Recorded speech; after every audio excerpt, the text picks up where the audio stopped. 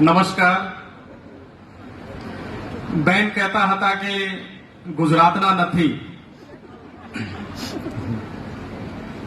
15 વર્ષથી હું ગુજરાતમાં છું.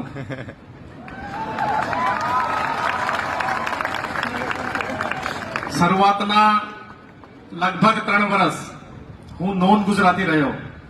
કોઈ પણ સ્પીચમાં કોઈ પણ પ્રોગ્રામમાં જવાનું થાય ત્યારે કે ભાઈ નોન ગુજરાતી છે.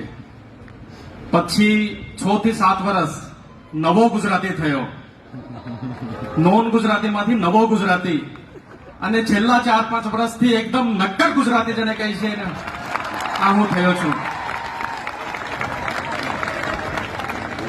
ફરીથી પ્રૂવ કરવા માટે ગુજરાત ઉપર હું 4 લાઈન લખી છે કે દક્ષિણ દરિયો.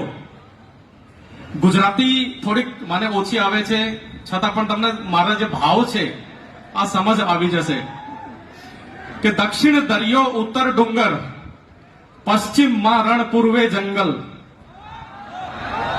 દક્ષિણ દરિયો, ઉત્તર ડુંગર, પશ્ચિમમાં રણ, પૂર્વે જંગલ અને વચ્ચે જગન્નાથ છે. આ મારું ગુજરાત છે. આ ગુજરાતમાં એક જિલ્લો છે.